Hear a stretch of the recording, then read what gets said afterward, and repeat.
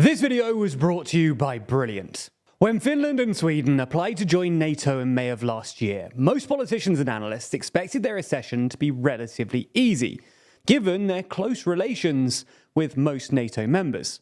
Unfortunately for the West though, Turkish President Erdogan is still holding up Sweden's application. And if anything, it looks like his demands have escalated in the last couple of weeks. So in this video, we're going to take a look at why Turkey is holding up Sweden's application, how Erdogan's demands have escalated, and whether Sweden stands a chance of joining at the NATO summit next week.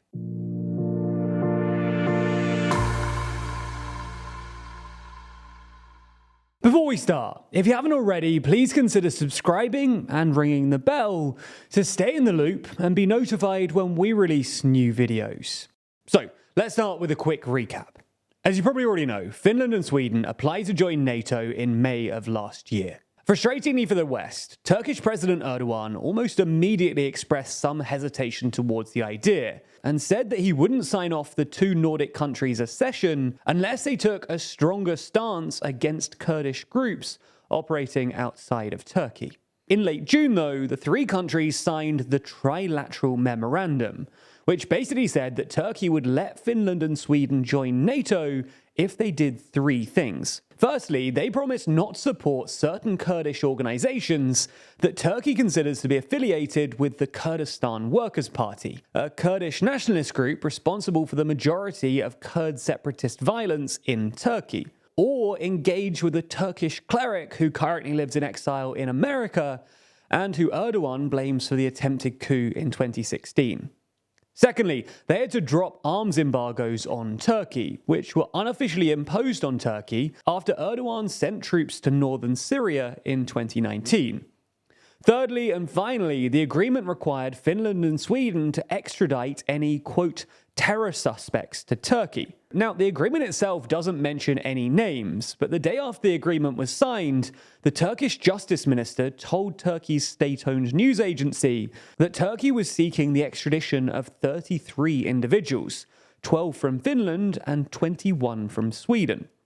According to the Turkish Justice Ministry, Turkey had requested the extradition of all of these individuals over the last 5 years, and that none of them, up until this point, had been approved. Now, Finland promptly fulfilled all of these criteria and joined NATO in April, but Sweden had a bit more trouble, especially with that last criterion, and that's because Sweden's Supreme Court rejected at least 2 of the government's extradition requests. Now, Erdogan said that not everyone on the list had to be extradited, but he did single out Bülent Keynes, a journalist who was arrested in Turkey in 2015 for, quote, insulting the president in his tweets, before fleeing to Sweden a year later. Now, Erdogan's myopic focus on one journalist did seem odd, and many analysts assumed that Erdogan had at least an eye on the upcoming elections.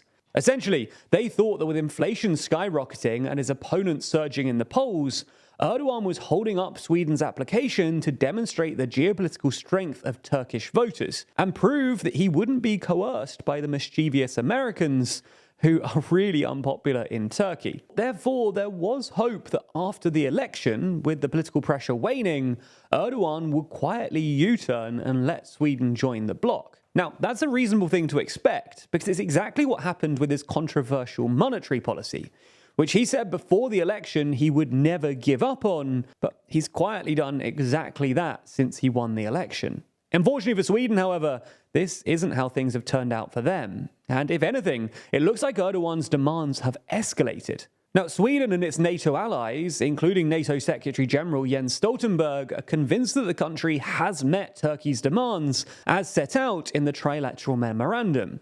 But Erdogan has since come up with what looks like 2 more demands. That's because in mid-June, Erdogan said that he wouldn't let Sweden in unless they stopped anti-Turkey protests, saying that while Sweden's new anti-terrorist law was welcome, the police should have prevented an anti-Erdogan protest that took place in Stockholm the night of the Turkish elections, and that Turkey wouldn't let Sweden in unless it stopped these protests from reoccurring. Then, yet another new point of tension emerged last week after Swedish authorities granted a protest permit to an Iraqi-born refugee who burnt a Quran outside a mosque in Stockholm on the first day of Eid. While Swedish authorities have since charged the man with agitation against an ethnic group, and the Swedish Foreign Ministry has condemned what it described as an Islamophobic act that in no way reflects the views of the Swedish government, that Sweden has a constitutionally protected right to freedom of assembly,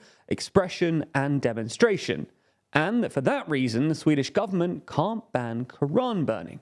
For context, the Swedish police had initially banned the protest, but a Swedish appeal court ruled that the ban was a violation of the man's freedom of expression. Now, none of this went down well with Erdogan, who said in a video message marking the Muslim Eid holiday that we will teach the arrogant Western people that it is not freedom of expression to insult the sacred values of Muslims. It wasn't only Erdogan either. Many Muslim-majority countries, including Iraq, Kuwait, the UAE, and Morocco, have summoned Swedish ambassadors in protests, and the Swedish embassy in Baghdad was stormed by protesters on Thursday. Anyway, it now seems like on top of the original 3 agreements and banning protests, Erdogan also wants Sweden to ban Quran burning before it joins NATO.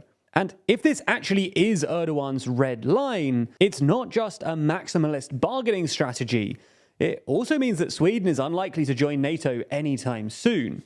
Freedom of expression, including Quran burning, is apparently protected by Sweden's constitution. And even if the Swedish government did want to change that, it wouldn't be a popular thing in Sweden. That's because while a majority of Swedes want to join NATO, an even larger majority, around 80%, would prefer to at least delay NATO accession to protect Sweden's constitution and its laws. So the Swedish government isn't exactly motivated to change things just for Erdogan. There is, however, a good chance that Erdogan is really just coming up with new excuses not to let Sweden into NATO in order to maximize his leverage and extract as many concessions as he can. For example, Erdogan clearly wants to pressure the US into giving Turkey F-16s and F-35s, which the US has been withholding ever since Erdogan bought a Russian-made S-400 air defense system in 2019. Interestingly though, it's not just Turkey applying the pressure, because it looks like the West is doing something similar here. Just last week, Reuters reported that Swedish and American investigators had reopened an investigation into one of Erdogan's sons, and specifically whether he'd received bribes from a Swedish affiliate of a US company to help it secure a dominant position in the Turkish market. Ultimately then, whether Sweden stands a chance of joining NATO anytime soon really depends on whether Erdogan actually expects Sweden to ban anti-Quran and anti-Erdogan related protests, or whether these new demands are just part of a wider game for Erdogan to extract as many concessions as possible. As we see it, the latter does look more likely, but even then, it's hard to see Turkey letting Sweden in anytime soon. And the only silver lining for Sweden is that Erdogan's unpredictability does still mean that anything is possible. But as always, it's really hard to predict. Speaking of predictions, it's interesting that even as people ostensibly into politics, the TLDR team spends more and more time analyzing data and economic information as it becomes more and more critical to our lives. And as a bunch of people who are ordinarily more focused on words than numbers, we've really benefited from the courses on Brilliant.org in order to keep ourselves sharp. That's because Brilliant is the best way to learn maths and computer science in a fun and interactive way. From foundational and advanced maths to AI, data science, neural networks, decision-making, and more, with new lessons added monthly. Even if, like us, you don't think of yourself as a traditionally STEM kind of person, these courses could prove incredibly useful for your life and career. Courses like data analysis and the fundamentals of statistics can help anyone ensure that they're properly understanding our increasingly data-driven world, which is good news when your boss suddenly asks you to analyze a trade war, an economy, or the collapse of a currency.